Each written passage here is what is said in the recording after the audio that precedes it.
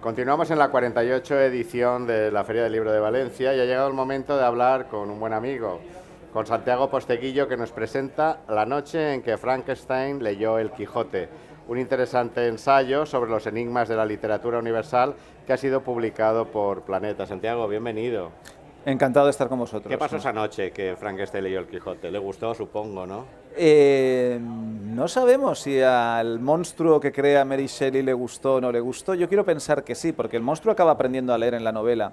Lo que la gente no suele conocer tanto de la anécdota de Mary Shelley y cómo escribe Frankenstein, porque Lord Byron hace una apuesta a ver quién escribe el mejor relato de terror, eso lo conoce bastante la gente. Lo que la gente desconoce más es que durante las noches en las que Mary Shelley estaba reunida con Byron y Polidori y otros escritores, y Percy Shelley, el marido de Mary, el marido, Percy, leía una traducción al inglés del Quijote, y para entretener a todos. Y esa lectura le impresionó muchísimo a Mary, de tal forma que ella misma recoge en sus diarios, ¿no? Percy lee tal a tal capítulo del Quijote, por la noche yo escribo tal a tal capítulo de Frankenstein. Y la novela Frankenstein está llena de referencias al Quijote.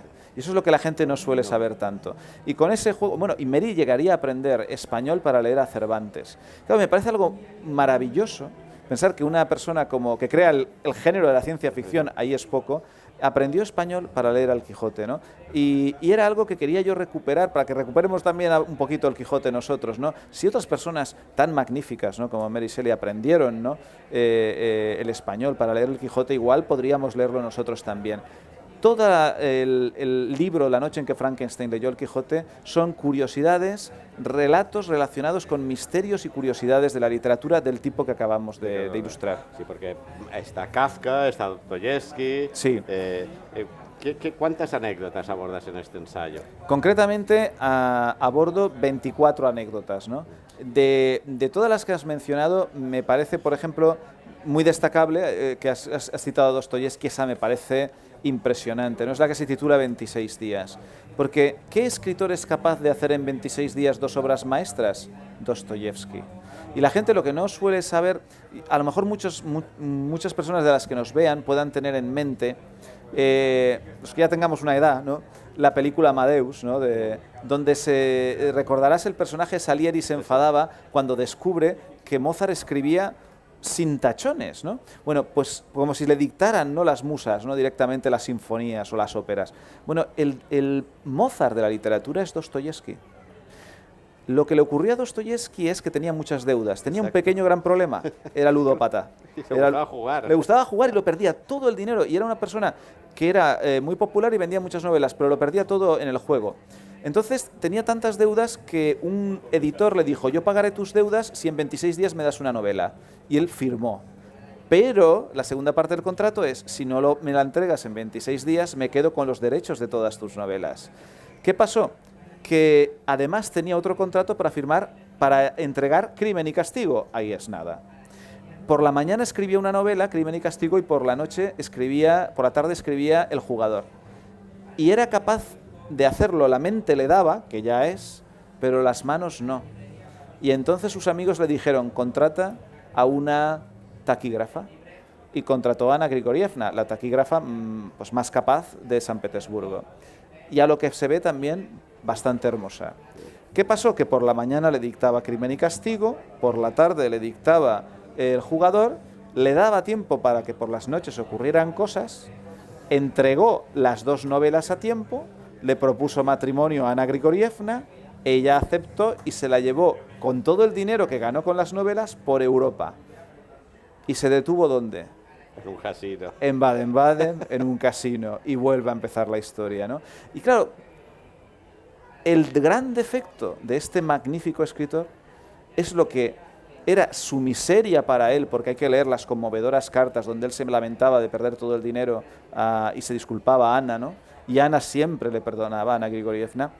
Es lo que ha permitido que tengamos tantas obras maestras suyas. La vida literaria, cuando menos, es paradójica. Y es curioso cómo está antagónica su vida sí. con el mensaje que transmiten sus novelas. Exactamente. Un mensaje moral. Un mensaje totalmente moral, en el que a lo mejor intentaba expiar sus culpas en gran medida, ¿no?, proponiendo eso, un mensaje moral, como diciendo hacer caso de lo que yo os escribo y no tanto de mi imperfecta vida. Otro Dickens, que también conoces tú muy de cerca. Sí, Dickens lo relaciono con el tema de la piratería informática en el sentido de que a él lo piratearon ya en Estados Unidos sin pagarle derechos literarios, pero él se inventó una cosa que a él le funcionó, que yo no sé si hoy día nos funcionaría, y era que lo hizo por motivos, sobre todo motivos de caridad. Le pidieron que diera conferencias en donde él las transformó en que en lugar de dar una conferencia de literatura, cogía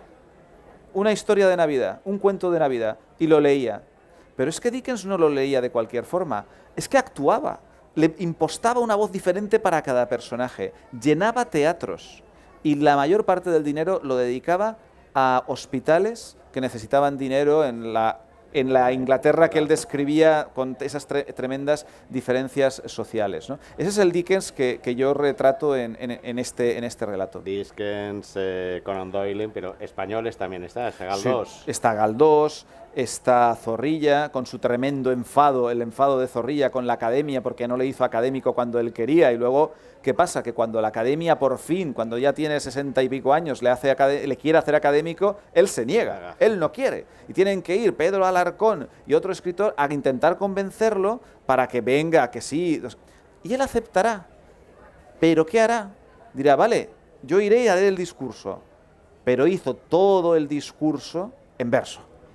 Todo el discurso en verso, y es absolutamente precioso, y se puede encontrar por ahí, y pongo también un extracto, porque me parece que es un texto maravilloso sobre la literatura, escrito por un gran literato español y escrito en verso. Siempre estoy buscando todas esas anécdotas, ¿no? Esas curiosidades de la literatura, y no solo de la literatura, sino también de los libros. Si me permites, por ejemplo, el primer relato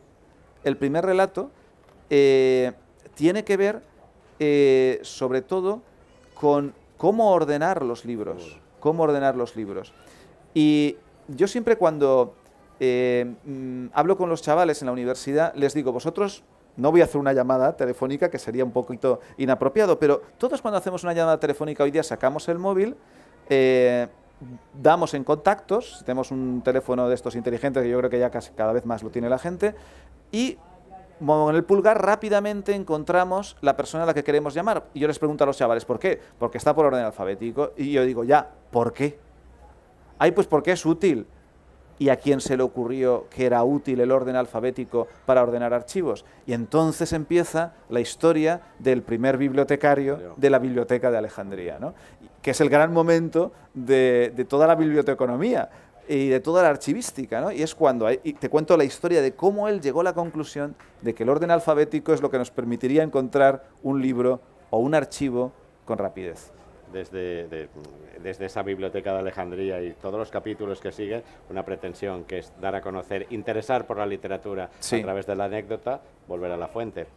La noche que Frankenstein leyó el Quijote, pero ahí tenemos a Trajano y tenemos también Los asesinos del emperador. ¿Para cuándo ya esa segunda parte? Sí, yo, aparte de que haya hecho esta incursión en la divulgación literaria, ¿no? sobre literatura, yo sigo con mi novela histórica, como bien dices, y en la primera quincena de septiembre estará Circo Máximo, que será la segunda novela de la saga sobre Trajano. Dejamos a Trajano en Los asesinos del emperador, contando cómo llega al poder, pero lo dejamos ahí sentado en el trono, y ahora empezará a gobernar, ¿no? Y para gobernar planteará un programa bastante interesante, a saber, y esto es histórico, no subir los impuestos.